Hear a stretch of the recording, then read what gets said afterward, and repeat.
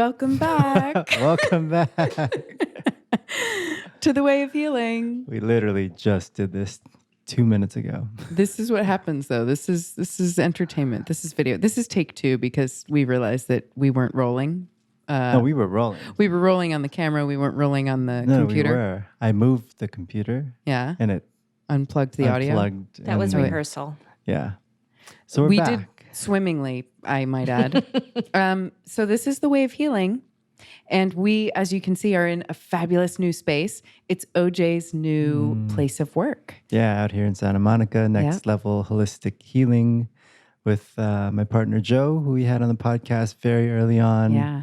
And I have a little room that I work out of, and we have makeshifted it to double as a podcasting. It moonlights as a podcasting room. Yeah. And Casey was kind enough to bring this beautiful tapestry to decorate this white wall that was very plain. And we have another one coming in that matches our colors a little more, but this one's gorgeous. So thank you, Casey. Oh, with love. With love, huh? Uh-huh. And today, all the way from Altadena, we are very excited to welcome Anna Yazdi. Anna has a business called Apotheca 5, and she is a wellness practitioner.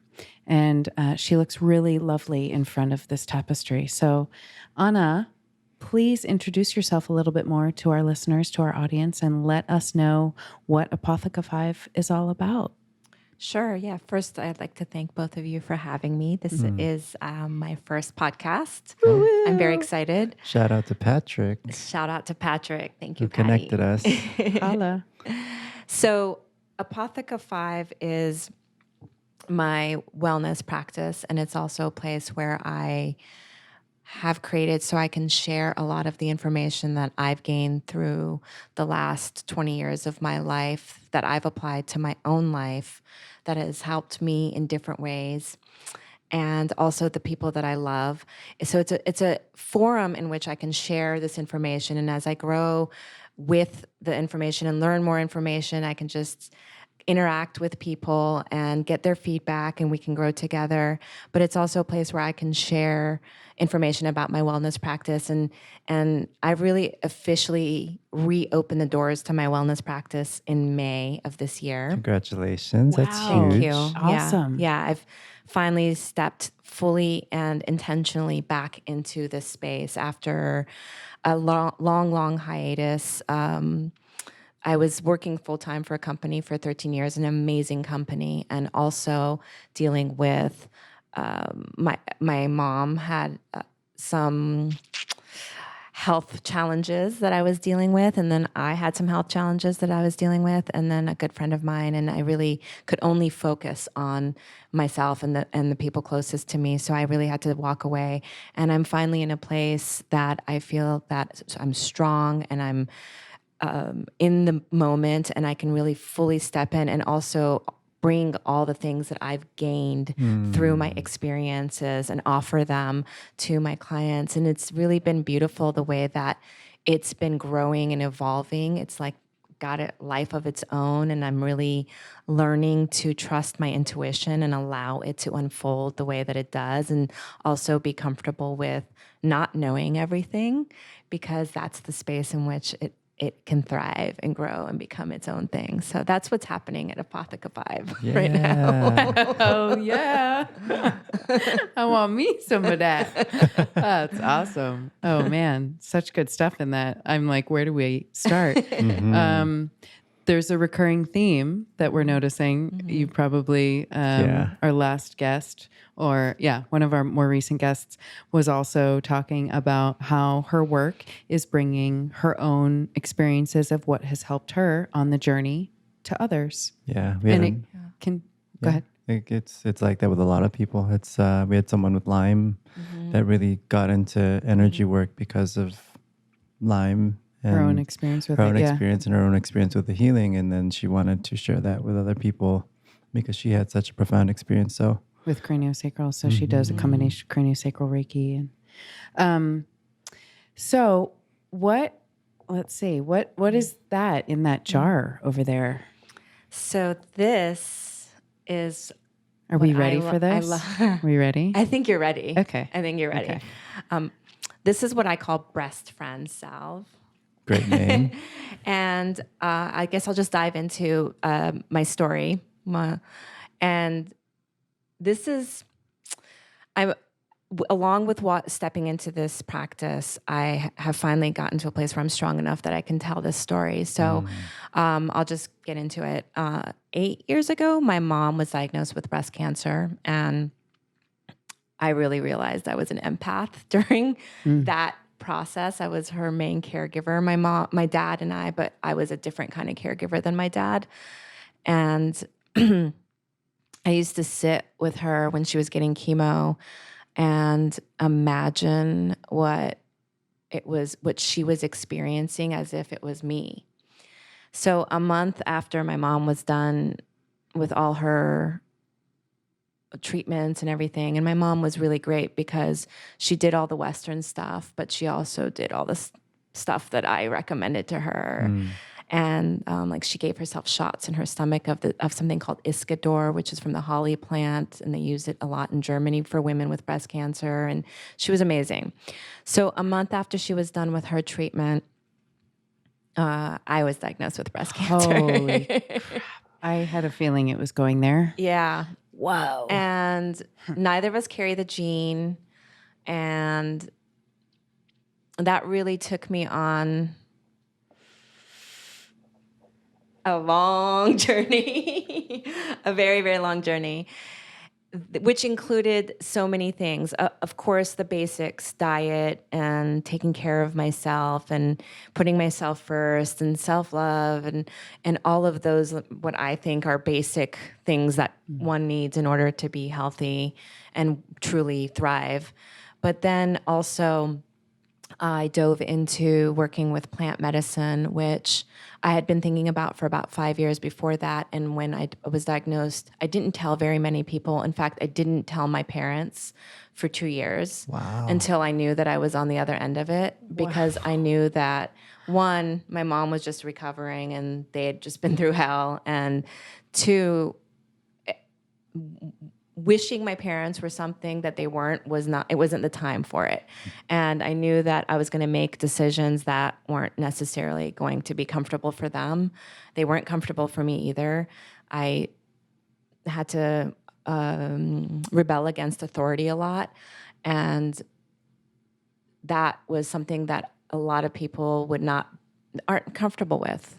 They're not comfortable with because they worry and they care and they want the best for you, and they project their own fears onto you. And I had to just think about what I needed.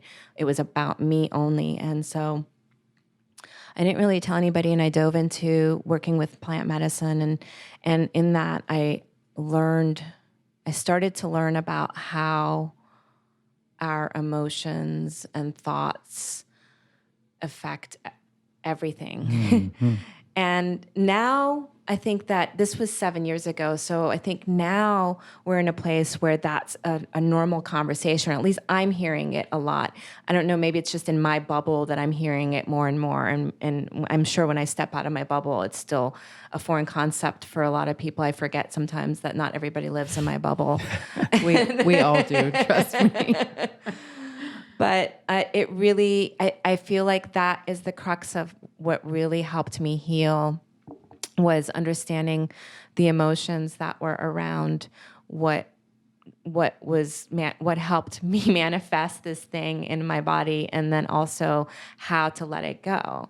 So one time after about a year, I finally had the opportunity to take a walk through the redwoods with cancer and have a conversation with cancer and thank it for everything that it had taught me and the path that it put me on, and to also release it and let it know that it no longer needed to teach me, and that it had no place in my life anymore. And there was an interesting thing I remember in my mind. I felt kind of bad, like I was breaking up with it and I was hurting its feelings. Which is such an interesting, weird human experience. But I was able to release it. And then that brings me to Breast Friend. So as I was going through the process of exploring all the different things, and I'll let you know that I did do some of the things that Western medicine wanted me to do. The one thing I said no to was chemotherapy, and I only did half of the radiation that they recommended, and I did do I had a lumpectomy. I didn't talk about any of this publicly until 6 months ago. So there was no Instagram or Facebook posts about it or anything like that. It was a very, very, like, I had like 5 people. They were my posse. And this was how many that's years who ago? took care of me. 7 years ago. Wow. Mm-hmm. Yeah. So one of the things that I looked for, which made sense to me, was a way to get healthy herbs. Keep grabbing my chest. Sorry, but that's No, where sorry. You're allowed. healthy herbs into my chest and breast and under my arms and things like that. And I was actually at Expo West, and I figured 3 stories of natural food and health and potions and lotions and things like that. They'll definitely have something here. And I searched every single booth, and nothing. There was nothing. The only thing that existed was nipple cream for breastfeeding moms. So I thought, naturally, I can do this myself. I mean, I work with herbs and plants, and I know them, and I take them, and so I started to make it, and I started making it just for myself and for my friends. I would gift it to friends during the holidays, and then people started to reach out to me and say, hey, I have somebody that is going through this. Can you talk to them? Can you talk to them about what you did? And also, I would give them Breast Friend. As a side note, when I talk to people, they want to know what exactly I did, like what was my protocol, and my. Unfortunately, there's no. It's a very Western minded way of thinking about how to heal the body. Is that there's this like specific protocol, but really the work comes in knowing what's right for you, and what worked for me might not be what works for anybody else. I mean, there are basic general things, and they've done studies to show that, diet and rest and laughter and all of those things are incredibly important for healing, but almost, I would say 75% of what is really important is the emotional work, all the stuff behind the psychology behind it. So I know through the work that I did that, I was sending signals from my mind to my cells that I have cancer because I was imagining what my mom was going through. And so that was the manifestation that was created in my body. And even before that, when I first stepped into my healing practice in my 20s, and in my school, they talked a lot about protecting yourself and not taking people's things on. But I was just so young, and I really didn't know. And I really wanted to help people. So people would come to me, and they would come to me with a headache, and they'd leave feeling great, and I would have a headache. And so this was an ongoing thing. And I realized I can't do this work until I figure this out. I have to figure this out. I can't just take people's things on. And then after that, I had another really, really close friend of mine who had Lyme's disease, and we think he has Lyme's disease, and dealing with that. And that's really been the pinnacle of me learning not to take things on from people. And I finally have gotten to this place where he could be having a bad day, but it doesn't throw me off track so much that I'm not capable of taking care of myself or feeling good. And that's why I'm clear on knowing that I can step into this practice. And I derailed from Breast Friend. So Breast Friend, when I started this practice, I was talking to a friend of mine, and she loves it so much. And she's, for a couple years, few of my friends have been saying I should offer it publicly. And I just, didn't even know where to start. It just seemed very overwhelming to me. But my friend, Martina, I love you. She had her son's friend, her son's 18, create that label for me. Nice. And sent it to me, and was like, just do it. Awesome. So that's fun. So it's in the process of officially, I'm having it trademarked and Great. all of that. And I've been selling it on Instagram, just offering it on Instagram. I'm working on my website right now, but it's really beautiful. And I'm getting a lot of really amazing feedback. Women love it. More important, I think, than even getting those herbs into your, the area where there's a concentrated amount of lymph in your breast and chest area and under your arms, is the time that you take to really put love into your body and to be grateful for your health and well-being, and also to become familiar with your body, to know what's going on. I always say, do you know breast massage is a thing? Because women don't even think about touching their breasts. Women don't even touch themselves. Yeah. And right? Like we wash, we do self-massage in other places, and it's like we totally ignore this area. I completely know what you mean. I gave a lymph massage earlier today, actually, and I realized like this, she's very uncomfortable with this space in her body. She doesn't know what to do with it, right? So it's like creating comfortability within ourselves, to know ourselves, to then share ourselves with the world, right? But until we know our own selves, like top to toe, then we still have to explore and dive and do that work. Yeah. And it feels like it's decades long work. I mean, it's a lifelong experience of getting to know oneself. I think it's a Ram Dass quote, and I'm paraphrasing, but the best way to help anyone is to grow yourself, right? Yeah. Yeah. And that's been one of my biggest lessons. Isn't it for everyone? Yeah. And Thank you so much for sharing that. Yeah, there's a lot. There's a lot there, and it was great. But powerful, very potent. Going back to the whole like knowing yourself, it's like if you don't know yourself, then there's no baseline for you to judge when something's off, right?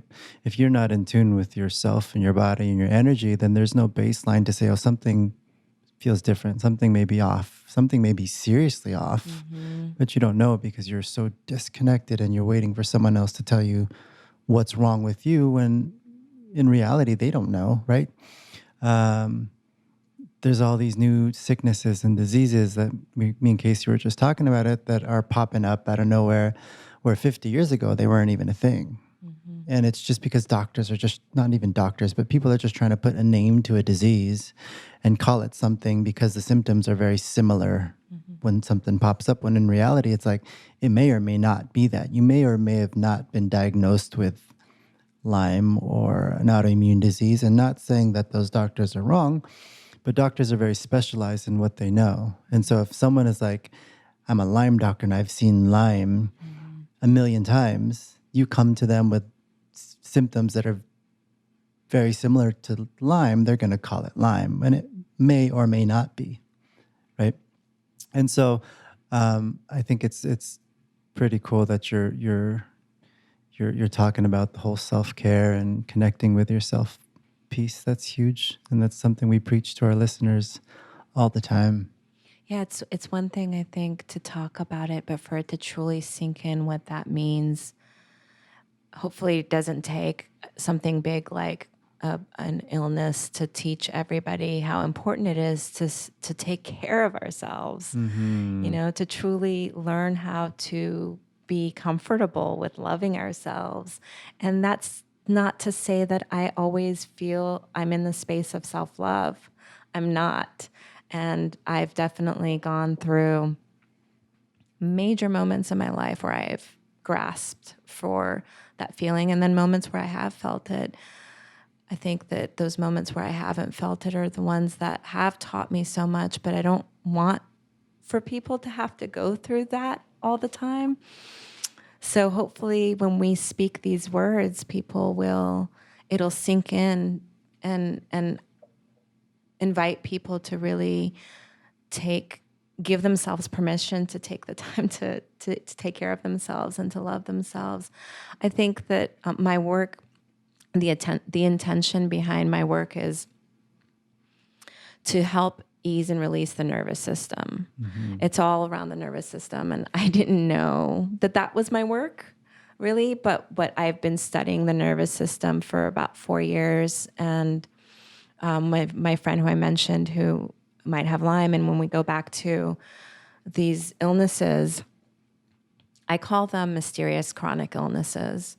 And I don't think that there is one diagnosis for most of these illnesses. I think that it's a culmination of assaults on our nervous system that build up over time. I think of it as like debris. I'm kind of a little bit of a clean freak.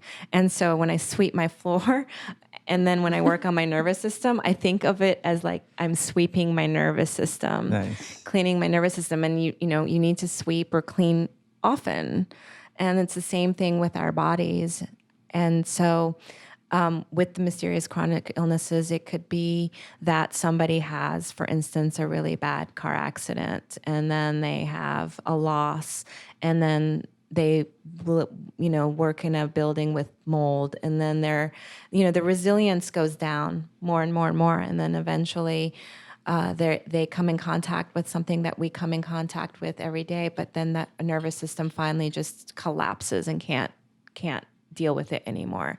And then we get stuck in this like diagnosis, blood work, MRIs, all the things. What's wrong with me? I need an answer before I can get better. And it's this loop. It's this crazy loop. And I have lived it. So I'm speaking from experience. And when you take a step back and go, I need to maybe be okay with not having a diagnosis, because what is that really anyway? I know my something's off. And then just start to change, trying to bring yourself out of fight or flight. That's really what it's about, right? Because when we're ill, we're in fight or flight. We're scared. What if this kills us? What if we're in this place of suffering for the rest of our lives? And those signals just keep getting sent to our bodies, which just keeps creating a reaction. And if we can just take our nervous system out of fight or flight for even 5 minutes, then because our nervous system isn't unlike other systems of the body, it's not just in one location. It's the central nervous system, but I'm talking about the nervous system as a whole. And so that could be in your forearm. It could be, just these like different places in your thought process. And when it starts to release, it has this domino effect, and then it starts to send opposite signals to the other systems of the body, where then those systems start to remember how to function properly. And then it's about getting realigned, and then your body starts to heal itself. Right. So it's about self-empowerment, because I think that so many people, as you were talking about going to the doctor and everything, they go to doctors or healers or whatever. And that's why I don't really feel comfortable calling myself a healer, because to me, that makes me feel like I've somehow reached this place of enlightenment where I have my shit together and, you're broken and you're coming to me and I'm going to fix you. And I don't really, not to put anybody down, I'm not saying other people who call themselves healers feel that way about themselves, but that's how it makes me feel. And so for me personally, I like to meet people, in the same place. And first, I look at them as if they're whole, they're not broken, and that it's just that, it's like a tune-up or a reset that our bodies need. We're the society, as soon as we walk out the door, we're assaulted by things. And so it's just like taking this moment, and it doesn't mean that I don't need to go to somebody to help me. It doesn't mean that I don't have bad days. It doesn't mean that I'm not having a human experience like everybody else. I'm very human. So that's part of it as well. But I think that people like to go to doctors and they just give their power away completely to whoever, and they put their trust into somebody else's hands and don't have faith in their own body's ability to heal, and also don't take the time to trust themselves and to know themselves, like you were saying.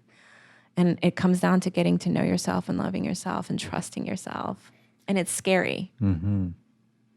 Ladies and gentlemen, Anna gets it. I know. I'm like, That's it. That's all of OJ, it. we don't need to be here. We're gonna go. We're gonna go get a coffee, and you can just keep. Yeah, profound words, profound wisdom. All of it. One of the things that's been coming up recently, a quote: "Listen to the whispers. Don't wait for the shouts." And this is it. There's also the consciousness shifting, right? We're not taught to know ourselves. We haven't been conditioned to explore. See, what is there for you? It's like, oh, you've got a thing here, take this pill, and or you've got a thing, okay, let's go to the doctor. They'll figure it out. So yes, I'm just reiterating that that was so spot on. Yeah. And I've experienced that myself in my own healing journey too. I mean, obviously, right? This is kind of how we've all come to do this work. In my experience of talking to anybody who is in wellness, or it's like we got curious about what wasn't working or didn't feel right or wasn't aligned for ourselves. Maybe we pursued the Western route. It didn't offer a solution. And so we started to expand what wellness means. And that's one of the things that we want to reiterate on the podcast. It's like, we're not condemning Western medicine at all, ever.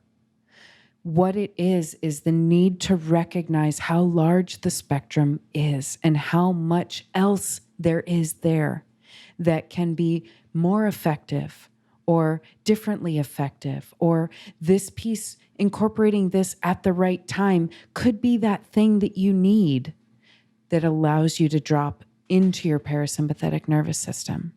That it's not just that we're in fight or flight when we're sick. In this culture, we're constantly in fight or flight.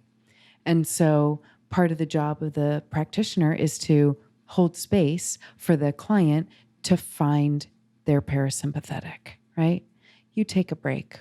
I'll do the sympathetic work for you while you just get into your body a little bit more. So, and it happens from the womb, right? We're assaulted starting then. And I don't mean that in this standard sense of what the word assault means. But all of the things that our mother goes through, we are also witnessing. And so this is very fresh on my mind because I'm newly working with a 2-week-old baby doing craniosacral, and it's really beautiful. This is a quick aside. Do we have time for it? Infants are miraculous because they're not in their mind. They're in their experience. They are so present. So anything that comes up in this baby comes out of her. So within a minute, we'll see a frown, a smile. Her lip will quiver like she's about to cry. She'll shiver. And so all of these emotions that we then grow and we are conditioned to repress and suppress and use words for, don't do this, don't do that. She's got it. There's no filter. It just comes up and out. So it's really beautiful. So I feel like if we can get to people younger, also, it's helping, right? It's just whatever sort of expansion we can have with this witnessing yourself, getting to know yourself is the way that our consciousness is evolving. Yeah. And taking accountability. What you said about you manifesting it in yourself, huge. Yeah, and it's not about blaming myself because I feel like some people feel that if there's something that they manifested that's like a illness or whatever they find is negative, and then it's salt on the wound. Yes. Because then they beat themselves Yes. up. And I mean, what I've really learned recently is to have compassion for the human experience, because the more work I do with people, the more I realize that we're all feeling this spectrum. It's like this rainbow from one end to the other of emotions, from elation to terror.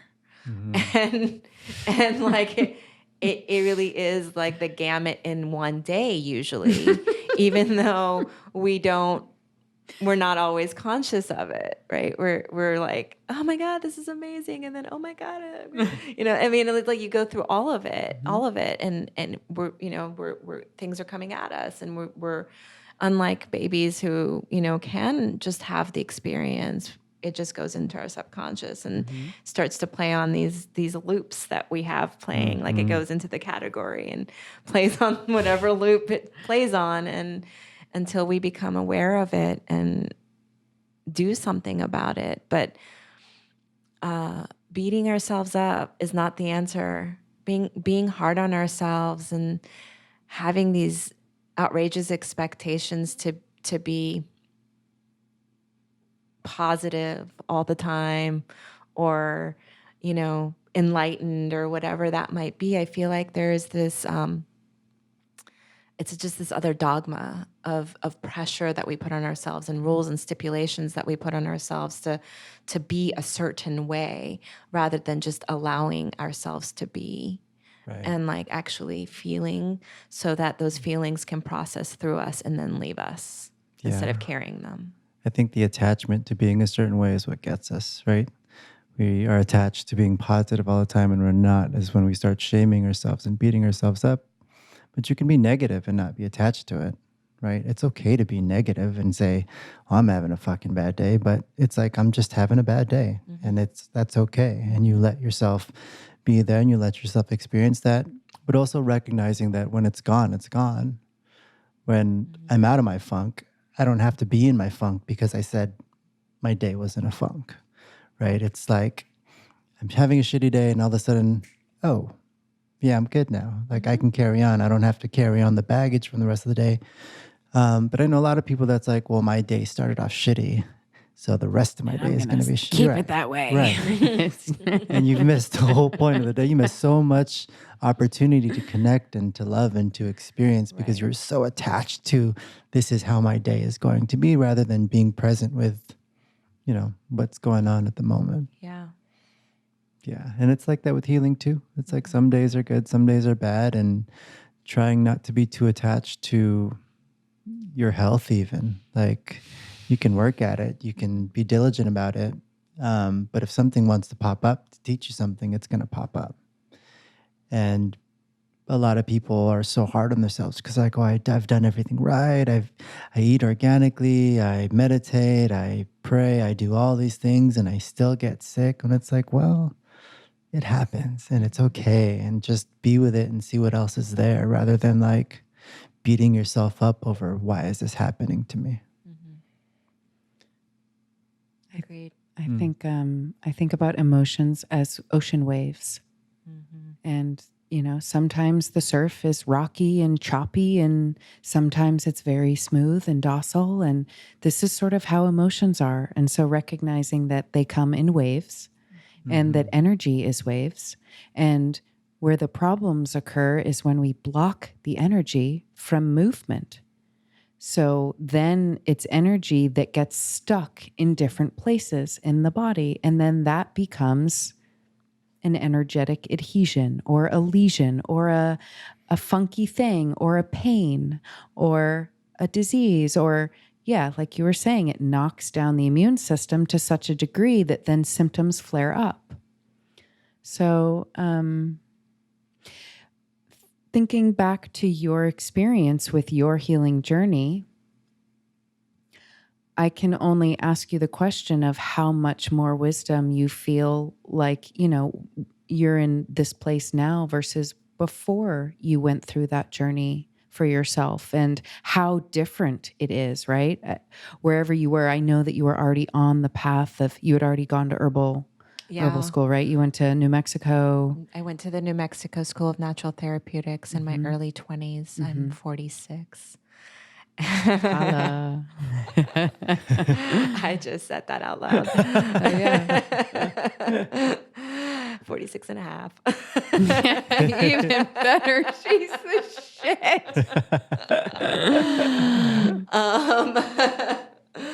But I realized that was just the beginning of my education.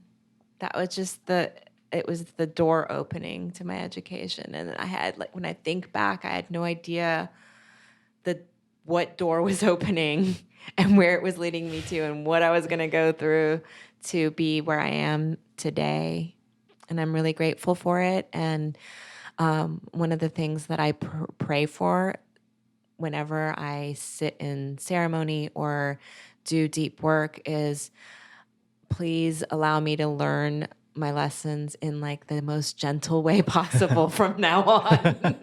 I don't want to be the person who's having to learn things the hard way for the rest of my life because I'm tired, and I just need a break from those lessons. And so usually what I do is I wake up in the mornings and I don't turn on my phone. I don't look at the computer. I step out into the sunshine and I brush my teeth outside in the sunshine. And then I do breath work. And my breath work is my best friend in the mornings. And usually that leads to tears. Usually that means I end up crying or making not attractive sounds, or Who knows? There might be, maybe the squirrels really like it. I think they do, actually. I think the squirrels are weird and they like it. But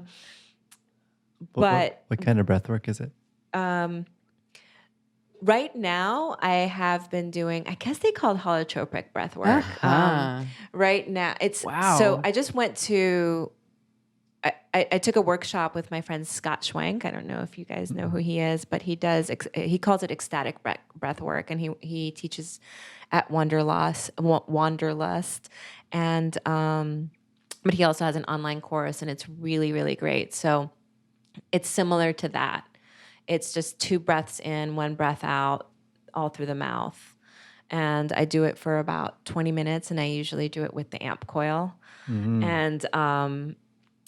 and then I cry, and then I drink a glass of water, and then I'm like, okay, I'm ready to start my day. Audience, I'm going to challenge as many of you as are willing to attempt to start your day like that. Maybe it doesn't have to be 20 minutes. Maybe you can start with 5, maybe 10. 5 minutes is good. And try it like twice a week. And then just see, try it twice a week for 3 weeks, 5 minutes. That's not asking too much. That's a great challenge. Yeah. And, and then just see how your life changes, and feel free to reach out to us or Anna and let us know what fantastic, explosive things have happened. On the days that I don't cry, I'm like, is there something wrong with me? And that's just the universe going, no, Anna, there's nothing wrong with you if you don't cry. Right. Did you want to talk a little bit about what the Amp-Coil is? Yeah, sure. So there's a lot to the Amp-Coil, and I've really been trying to figure out how to distill it down in a way that is digestible for most people and myself, because I'm learning more about it. But I got it about 1.5 years ago for my friend who has this mysterious chronic illness, and it was created by a family who had a husband, wife, and their daughter had Lyme disease, and they brought together components of different things that helped them a little bit. And so what the Amp-Coil is, and now they're doing much better. So what the Amp-Coil is it's an amplifier essentially, and it's about the size of a carry-on, and through the amplifier, they connect a tablet to it, and in that tablet is programmed frequencies. So I guess I should talk a little bit about PEMF. So PEMF is pulsed electromagnetic field, and for many, many, many years, I think in the 1920s, they started to discover that cells communicate with each other. even through glass. And then they started to do experiments with cells and radio waves and how that affects them. And then sometime around that time, they started to discover and test that different things have vibrational frequencies, including our earth and trees. And then they started to test our cells. And basically, they came up with all these frequencies for our bodies that are like what they call an optimal range. And so if our liver is vibrating at this optimal range, and I don't know the frequencies, all of them, then it's working fine. And if it falls below that range, it starts to have issues. And of course, that has a domino effect with all the other systems in the body as well. And these frequencies are aligned with nature. So the resonance is a natural resonance. So we know that EMFs, for instance, are not good frequencies, and that's because of the how fast they come at us and how often they come at us. So that's a big part of it. PEMF is much different. It's the natural frequencies, and so these frequencies are programmed in the tablet, and it's actually really user friendly. And there's two ways that it can be two ways that I say you can use it for. You can either use it for like a rejuvenating, revitalizing reason, or you can go down the rabbit hole of detox. So for people like the person who I initially got it for, who, you know, we thought had Lyme's disease, we went through layers and layers of coiling him. We call it coiling, and I'll tell you why in a minute, for frequencies to help reduce heavy metals and parasites and all kinds of different things. And it's a long haul.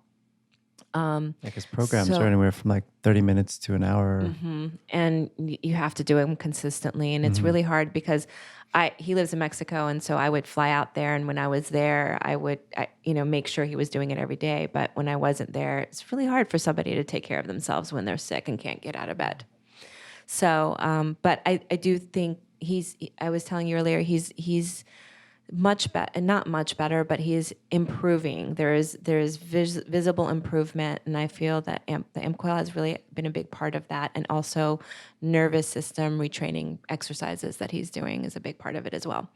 So they call it Amp-Coil because there is a coil, and you place the coil on your body, and the way that it's created is looks like a donut, and it's it's like a modified Tesla coil. So it's works on the same similar technology. There's not like magnetic electricity coming off of it, but essentially it creates, I don't want to get too technical, but it creates this like toroidal energy field. Well, right? we talk about toroidal field on here. Okay. Yeah, feel free. Go Okay. dive, woman.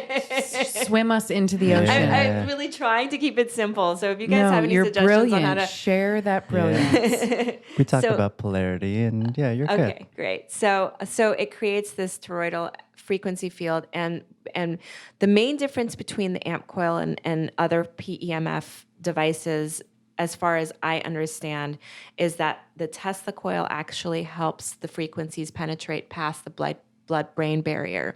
The blood-brain barrier is electric, so it helps move it past that, and so it penetrates intracellularly and into hollow organs and reaches places that a lot of the other frequency devices can't. I'm familiar with like the mat, the PEMF mats that you lie down on, and they're like thin, and so. But I haven't seen an Amp-Coil. You said you place it on. Do you like have access to one or something? I've used it. I've used it before. Really? And when my daughter got a UTI, yeah, the company that I was working for, we had one. The owners lent it to us to try out, and so I took it home for like 4 nights in a row and put the Amp-Coil on her, and all of it. But it definitely helped get her past it. So yeah, they're pretty adamant about making sure that people realize it's not like healing you. What it's doing is it's bringing your bioterrain back into a healthy place, so then your body can heal itself, and that's usually not an overnight.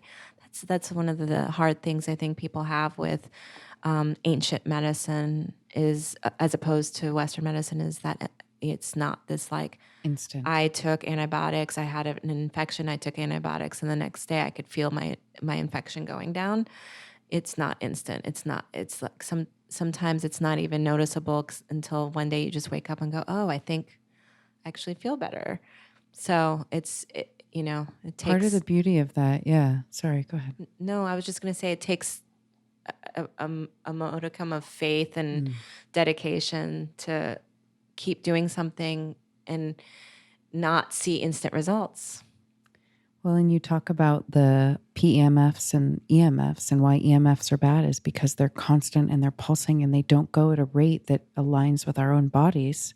And so we're in this vibration zone that is not natural for us. And that's what I was talking about earlier off air, is like, we're so young, we're so Shiva, we're so go, drive, fill. And it's the space that we need to create to bring ourselves back into balance, the yin for the yang. And there was another piece, but it is... Funny we're talking about EMFs because you're wearing black tourmaline. Heck yeah, I'm wearing black tourmaline. When she talked about not taking on other people's stuff, this has been a really important stone for me, because I'm also a legit empath and a Cancer to boot. So large swells of waves of emotions. And I would take on people's stuff to such a degree that I was like, wait, this is my career. How can I both work and also like be good at what I do and also keep my body healthy? And it requires a pulling back and a reevaluation and a how do we do things different, right? Because these my hands, and that's the place where I get stuff. I get like a rash on my hands when I'm taking on too much stuff. My hands are like a barometer. I'm like, wow, okay, what's the weather like? It's like I'm taking the weather. I'm like, okay. So anyway, tourmaline helped a lot with that, just keeping it. But when I first got this, it was a client gift, ironically, or not. And it was too much for me to wear. It just felt so, it was like, this is this black stone. It's this heavy, intense black stone. I couldn't wear it. So I kind of just like put it away.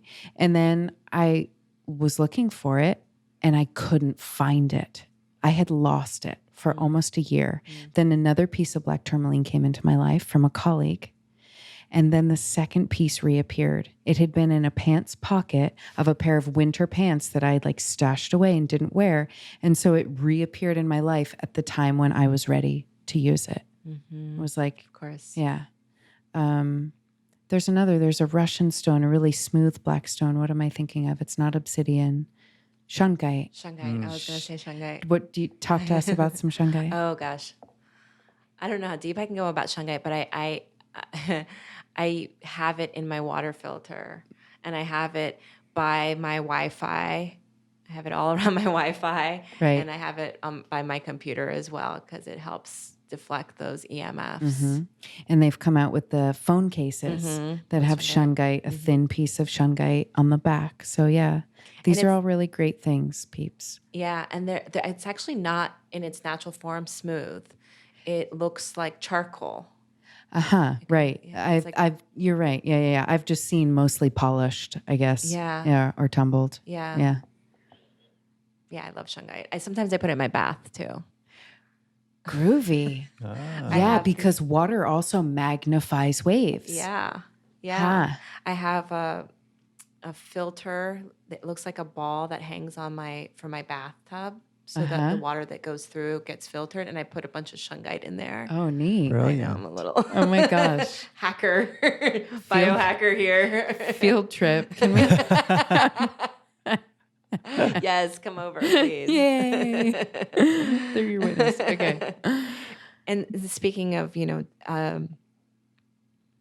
being an empath and working on people and all of that, I was telling you earlier that I am not just stepping into this in a very intentional way, but also becoming more and more comfortable with doing things on my terms. And so because of the work that I'm doing and because it's geared towards the nervous system, I'm working on people for an hour and a half, almost 2 hours sometimes. And it's very, very slow. And sometimes I guide them through breath work before I get, while they're on my table, before I start to work on them. And I realized I can only work on 2 people a day. And, getting comfortable with that and then getting to a place where I feel like I'm just going to say, like, in this wellness world, there seems to be this discomfort with money exchange, right? And and like feeling okay about Nobody knows what you're talking about. This is completely foreign. I'm much more comfortable with it than I used to be, but also, I am realizing my worth, and as I'm realizing my worth, I'm realizing this is totally okay. And for me to I know the work that I'm doing, and I know that I'm completely present, and I know that I'm giving this person all of my attention, and I'm also walking away feeling great, by the way, because I'm going into this like Zen zone, but when I say goodbye to my client, I have to lay down for a half hour. And then I can work on another client, and that's the only way I can do it because of everything that I've gone through. There's no other way for me. I can't push myself. When I was first doing body work, I worked at Burke Williams, and it was the only it was in Santa Monica. It was when it was only that one Burke Williams a long time ago. And I would do 5 clients a day. Yeah. And there are people there that would work doubles. Draining. I don't even know, and they pay like $20, $18. So I don't know, how to do that anymore. Yeah. My wife got into massage, and same thing. She was doing sometimes up to like 9 clients a day because they're shorter sessions, but still just that energetic exchange between clients. And now she's supervisor at the spa, but all the MTs there are they're drained, they're tired. And it's a hard thing, taking on people's energy and exchanging that energy, giving your energy for that amount of time. And it's not even necessarily the amount of time, it's the number of people. The different energies is what gets you, in my experience at least. So this is making me think of our Western healthcare system, and let's have some empathy for the doctors that are seeing 40 clients a day. 40 patients a day. So it's like we're also there to supplement Western medicine. We're there to offer relief to some of these. Like, of course, you're not going to be super present if you're seeing 45 people who are all coming to you begging for a solution, hoping that you have the answer. Right. Which is what the current model has geared us to do. So can you imagine? Yeah. Right? No. Everybody thinks you're the wailing wall, and that right, your compassion. all the answers lie within you. And you're like, so I understand why some doctors are very like, not a lot of eye contact, right? Very short sessions, not even some touching, because it's intense work. So that's just an important point, I think. And I just tied it when, with all of this, is that like, there's something to this. Good connection. Hey, thanks. Yeah. They're really stuck in the way that the whole thing is structured. It's not really even them as an individual. It's the paradigm of the structure of the Western medicine. I was just talking to a close friend of mine who just had surgery, and she said, there were like 4 or 5 people in the, like, it was just like, okay, you're next. And she's like, I don't even think my doctor takes a day off. I think she works 7 days a week. And she's a surgeon. And she's a surgeon. And she's not doing surgery every day, but she's working every day. And that's, I don't know. I wouldn't be able to do that. It's a recipe for burnout. It's an absolute recipe for burnout. And you see that, right? So I'm sympathetic, and I've too. started working in a hospital setting, doing some of this integrative work. That's great. And developing relationships with the MDs is some of the best experiences.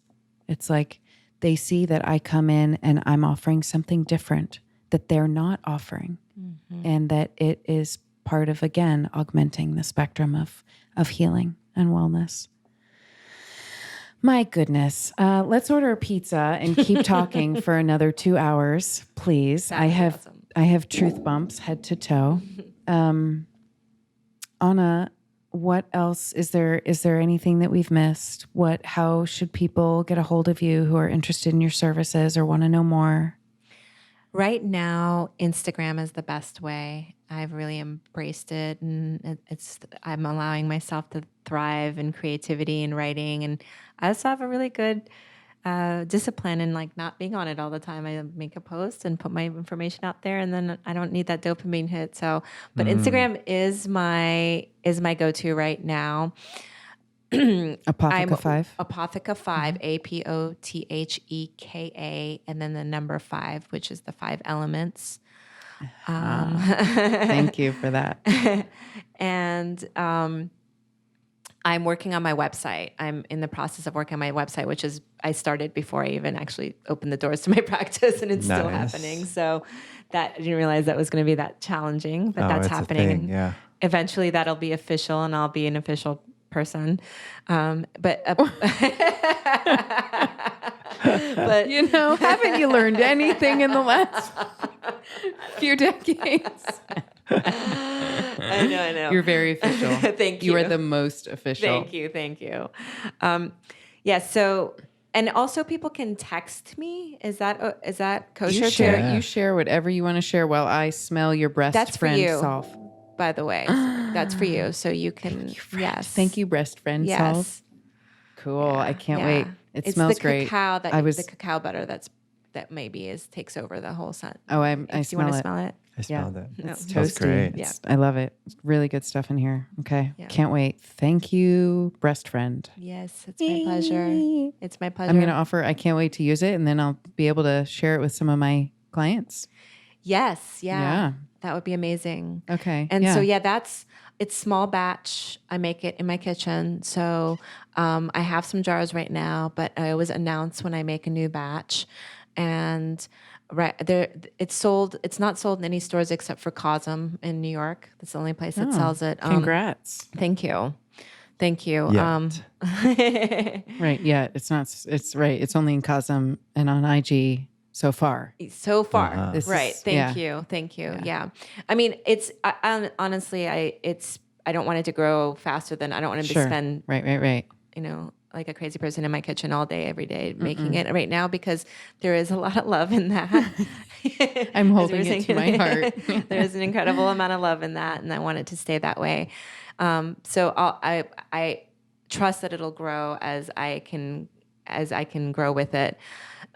So you can buy that right now just through PayPal or Venmo, and you can contact me on Instagram if that's something. And men can purchase that as well for their loved ones, for their wives and their mothers and all the women in their lives. Mm-hmm. And men have lymph. And men get breast cancer, not very often, but yes. It's important to remember. And there's also the heart there and all, and the pecs, the underarms. I use that on men and women clients when I work on the chest and neck and all that area. Yeah, important to recognize men and their boobies.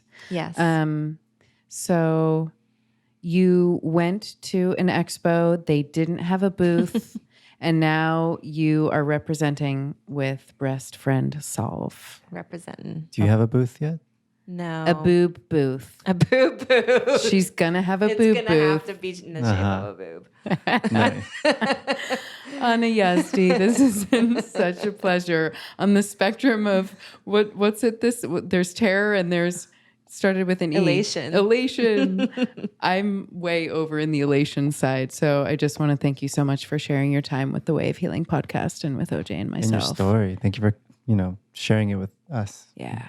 Thank you for creating a safe place for me to be able to share it. And thank you both for having me. This has been so great. Yeah. I really appreciate it. You're welcome. Thank you. Thanks. Thanks, listeners. Thank you, Thank you. listeners.